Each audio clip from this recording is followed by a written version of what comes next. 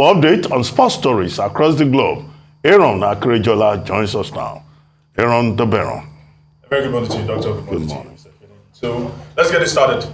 A lot of people were excited. Manchester United delivered finally with the new manager etching out his very first win at Old Trafford.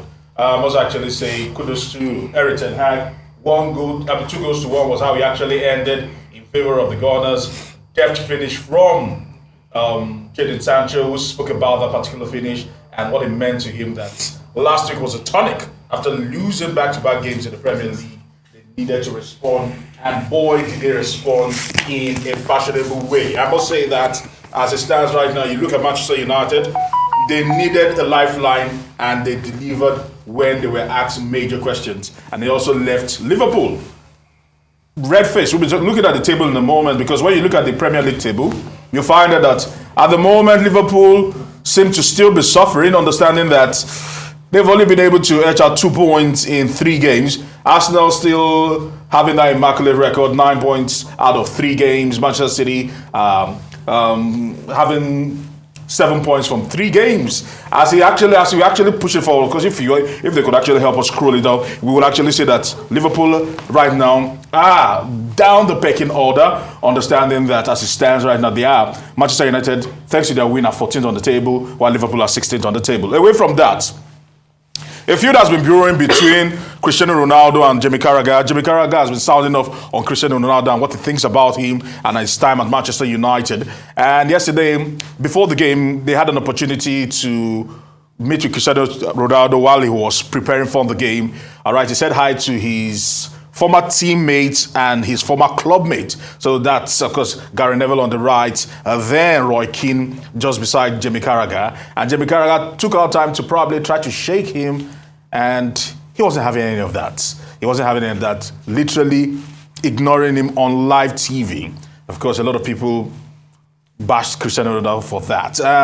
Away from that, and also before the game, one man who probably will be a massive Hail Mary for them. Let's see if he will be able to deliver.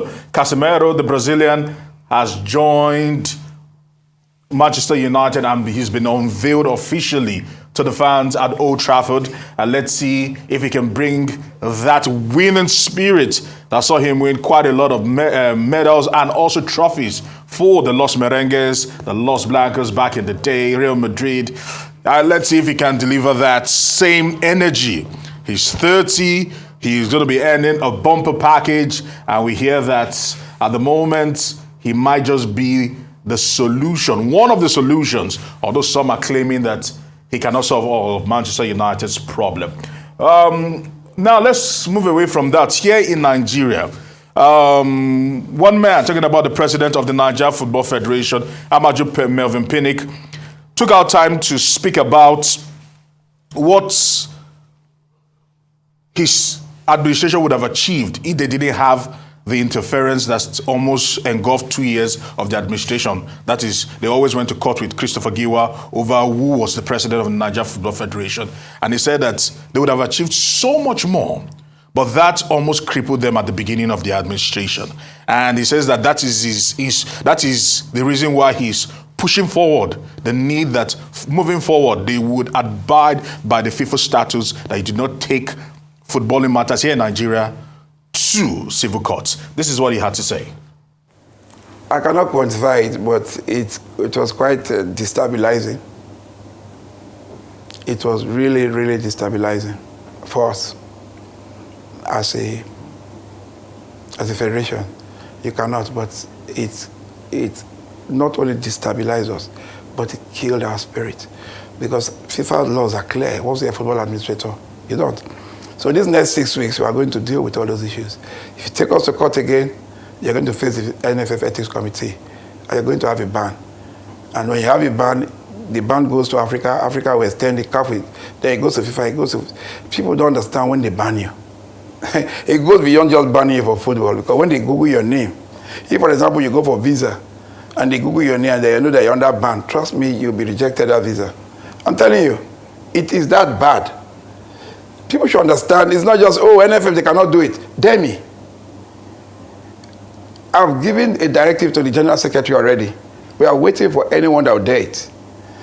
Also coming out within the next few weeks to, rejuvenate our referees' ranks by ensuring that we we comply 100% with what FIFA said about organizing our referees, to be completely independent of the federation. So I have told the General Secretary to work on that as well. So we're going to work on that. So I just want to appeal to everybody, it's not as if we want to ban anybody, but if you allow us, we'll ban you. If you have any issues, bring it to the federation and we'll look critically into it. But this is not the time for us to start getting distracted anymore. We have a lot to do. We want to win the Nations Cup next year. We want to pay our staff, we want to pay our coaches. We are owing coaches, we are owing some bonuses. We need money to do all these things. And under an atmosphere of chaos, you cannot reach out to sponsors for money. And that's the truth. All right, Doctor?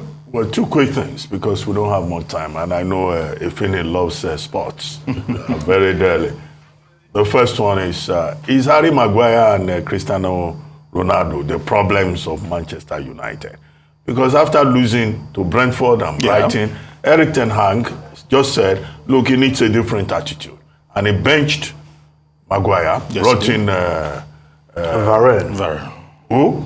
Varane. Okay. And Lindelof, yeah. And then Marcus Rashford played the role of the striker, and look at what they came up with. So, but although he says, Maguire and Ronaldo still have a role to play, but it looks like, Manchester United may not need Cristiano Ronaldo that much again. I don't know. But it's good to see Manchester United fans jubilating, celebrating, including an octogenarian, senior citizen, scholar, intellectual who is well known to us, who has been dancing, in some memes that is sent to me that Manchester United is on the way to the top. I hope that is true. And also, I think we should celebrate Ellen White. 113 games, 59 goals.